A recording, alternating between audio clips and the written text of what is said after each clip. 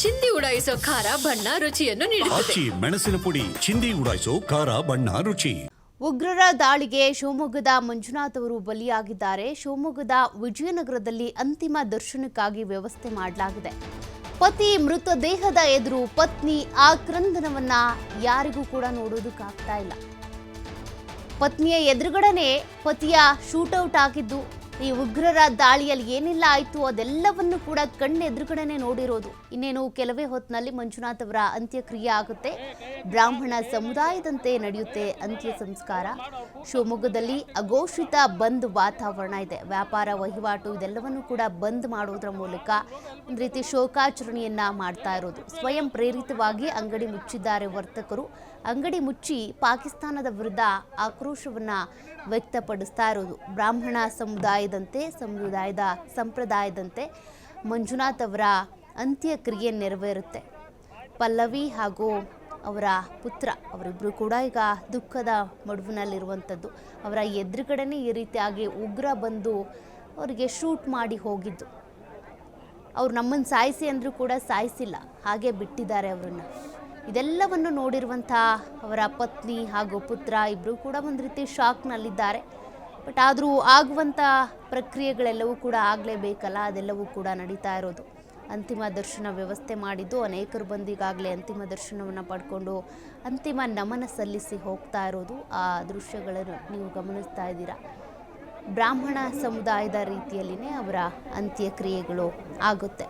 ಶಿವಮೊಗ್ಗದ ನಿವಾಸಿ ಮಂಜುನಾಥ್ ಅವರು ಉಗ್ರರ ಗುಂಡಿಗೆ ಬಲಿಯಾಗಿದ್ದು, ಈಗಾಗಲೇ ಸಾರ್ವಜನಿಕರು ಸೇರಿದಂತೆ ಶಿವಮೊಗ್ಗದಾದ್ಯಂತ ಅನೇಕ ಕಡೆ ಕೂಡ ಜನರು ಭಾರೀ ಸಂಖ್ಯೆಯಲ್ಲಿ ಬಂದು ಅವರಿಗೆ ಸಮಾಧಾನ ಹೇಳ್ತಿದ್ದಾರೆ. ಮತ್ತು ಅಲ್ಲಿ ಒಂದಷ್ಟು ಅಂಗಡಿ ಮುಂಗಟ್ಟುಗಳೆಲ್ಲವನ್ನು ಕೂಡ ಕ್ಲೋಸ್ ಮಾಡೋದ್ರ ಮೂಲಕ ಪಾಕಿಸ್ತಾನದಿಂದ ಬಂದಂಥ ಉಗ್ರರೇನು ಈ ರೀತಿಯಾಗಿ ದಾಳಿ ಮಾಡಿದ್ರಲ್ಲ, ಇದಕ್ಕೊಂದು ರೀತಿ ಆಕ್ರೋಶವನ್ನು ವ್ಯಕ್ತಪಡಿಸ್ತಾ ಇದ್ದಾರೆ. ಮತ್ತು ಒಂದು ರೀತಿ ಶೋಕಾಚರಣೆಯ ವಾತಾವರಣ ಕಂಡು ಬರ್ತಾ ಇದೆ ಶಿವಮೊಗ್ಗ ನಗರದಲ್ಲಿ. ನೆಹರು ರಸ್ತೆ ಇರ್ಬೋದು ಅಥವಾ ಬೆಕ್ಕಿನ ಕಲ್ಮಠ ಇರ್ಬೋದು, ಹೀಗೆ ಬೇರೆ ಬೇರೆ ಏರಿಯಾಗಳಲ್ಲಿ ಎಲ್ಲ ಕಡೆಯೂ ಕೂಡ ಸಾರ್ವಜನಿಕರು ವರ್ತಕರು ಏನಿದ್ದಾರೆ ತಮ್ಮ ಅಂಗಡಿಗಳನ್ನು ಬಂದ್ ಮಾಡೋದ್ರ ಮೂಲಕ ಈ ರೀತಿಯಾಗಿ ಒಂದು ಕಡೆ ಪಾಕಿಸ್ತಾನದ ಉಗ್ರರ ವಿರುದ್ಧ ಆಕ್ರೋಶ, ಮತ್ತೊಂದು ಕಡೆ ಈ ಒಂದು ಫ್ಯಾಮಿಲಿಗೆ ಶೋಕಾಚರಣೆಯನ್ನು ಮಾಡ್ತಾ ಇರೋದು. ಅವರು ಫ್ಯಾಮಿಲಿಗೆ ಸಪೋರ್ಟಿವ್ ಆಗಿ ನಿಂತ್ಕೊಳ್ತಾ ಇದ್ದಾರೆ ಎಲ್ಲ ಜನರು ಕೂಡ.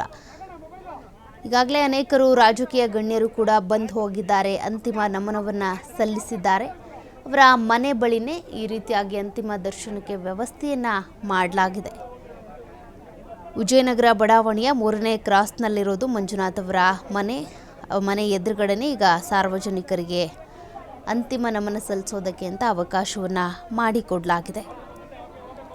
ಭಯೋತ್ಪಾದನೆ ವಿರೋಧಿ ಘೋಷಣೆಯುಳ್ಳಂಥ ಫ್ಲೆಕ್ಸ್ಗಳನ್ನು ಕೂಡ ಹಿಡಿದು ಕೆಲವರಲ್ಲಿ ಬಂದಿದ್ದಾರೆ. ಅಂಗಡಿ ಮುಂಗಟ್ಟುಗಳನ್ನ ಬಂದ್ ಮಾಡಿ ಪಾಕಿಸ್ತಾನ ಉಗ್ರರು ಏನಿದ್ದಾರೆ ಅವರನ್ನು ವಿರೋಧಿಸಿ ಈ ರೀತಿಯಾಗಿ ಆಕ್ರೋಶವನ್ನು ವ್ಯಕ್ತಪಡಿಸ್ತಾ ಇರೋದು. ಬಟ್ ನೋಡಿ, ಮಗ ಒಳ್ಳೆ ಮಾರ್ಕ್ಸ್ ತೆಗೆದುಕೊಂಡಿದ್ದಾನೆ ಎನ್ನುವಂಥ ಕಾರಣಕ್ಕೆ ಕಾಶ್ಮೀರಕ್ಕೆ ಹೋಗಿದ್ರು ಮಂಜುನಾಥ್ ಅವರು ತಮ್ಮ ಪತ್ನಿ ಮಗನನ್ನು ಕರ್ಕೊಂಡು. ಬಟ್ ಈ ರೀತಿಯಾಗಿ ಪಾಪ ಅವರು ಸಾವನ್ನು ಎದುರಿಸ್ತಾರೆ ಅಂತ ಯಾರೂ ಕೂಡ ಅಂದ್ಕೊಂಡಿರಲಿಲ್ಲ. ಬೈಸರನ್ನಲ್ಲಾದಂಥ ಈ ಒಂದು ಉಗ್ರರ ದಾಳಿ ಏನಿದೆ, ಅದರಿಂದಾಗಿ ಅನೇಕ ಕುಟುಂಬಸ್ಥರು ಏನಿದ್ದಾರೆ ಅವರವರ ಮನೆಯ ಆಧಾರ ಸ್ತಂಭ, ಅವರ ಮನೆಯ ಮಗ ಇರ್ಬೋದು ಅಥವಾ ಅವರ ಗಂಡ ಇರ್ಬೋದು, ಅವರನ್ನು ಕಳ್ಕೊಂಡು ಈಗ ದುಃಖದಲ್ಲಿರೋದು. ತಂದೆ ಇರಬಹುದು, ಕಳ್ಕೊಂಡು ನೋವನ್ನು ಅನುಭವಿಸ್ತಿದ್ದಾರೆ. ಸದ್ಯಕ್ಕೆ ಮಂಜುನಾಥ್ ಅವರ ಪಾರ್ಥಿವ ಶರೀರ ಮನೆ ಮುಂದ್ಗಡೆ ಇಟ್ಟು ಈಗ ಅಂತಿಮ ದರ್ಶನವನ್ನು ಕೊಡ್ತಾ ಇರೋದು.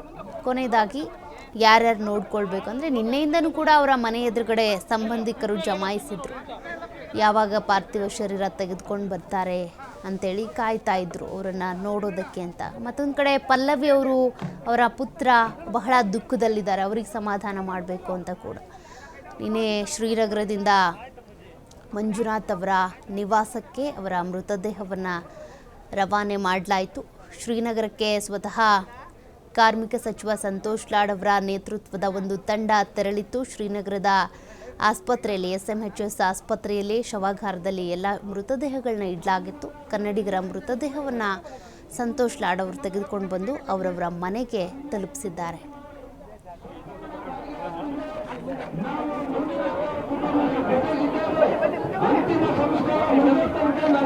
ಹೋಗ್ಬೇಕು ನೀವು ಹೋಗ್ಬೇಕು